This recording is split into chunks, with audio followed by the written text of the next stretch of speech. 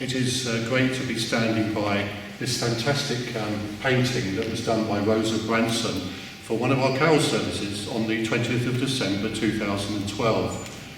And the beauty of this painting, it says everything about Barnardo's from the very beginnings in Stepney Causeway, where Dr. Barnardo's home, right the way through to one of the present day projects, which actually is just only ceased at the Indigo project. The amazing thing about this painting is that every little part of this painting tells a story. But the strapline is, believe in children. That is what we are celebrating today, that Thomas Barnardo believed that by educating children, it made a difference in their lives. And today in Barnardo's, we still believe in children, and we believe that actually that's still educating children and getting alongside them, the most vulnerable and the most delicate, we can make a difference in their lives. So let's follow the history through. Dr. Barnardo's homes. No destitute child ever refused admission. Can you imagine that Dr. Barnardo had an experience that one little boy, sadly he turned away, and within 12 days he was found dead. And he said, to that day I will never refuse any child.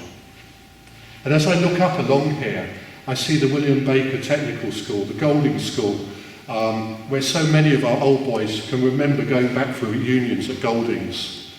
And also the Watts Naval College, where I have met several of the old boys who have said to me that they remember their own call signs. We had a fantastic reunion and I couldn't understand why they were whistling to each other. And every whistle was a particular call sign that they would be identified with. Do you know what was amazing? When I spoke to those old boys, and they came not only from this country, but they'd gone overseas to Australia, Canada, and further apart, they said if it wasn't for Barnardo's, they wouldn't be in the position that they were today.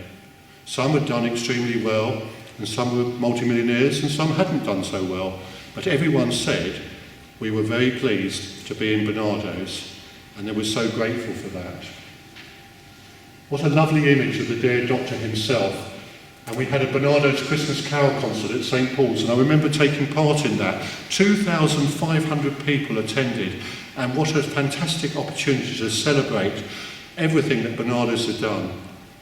As we're doing today, we're thanksgiving for Barnardo's, Dr. Thomas Barnardo, for all his work. And as we go round, we can see all this, the issues that were faced at the time. Dirt, disease and dearth lurked here.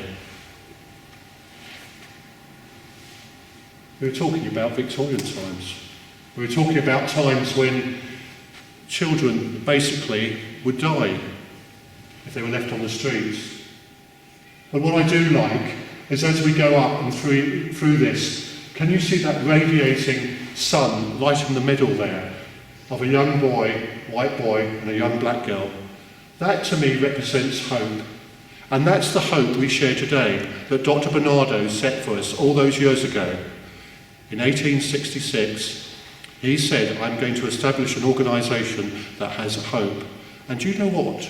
We're talking about blessings later on, but you know God has blessed this organisation, and it's still going from strength to strength today.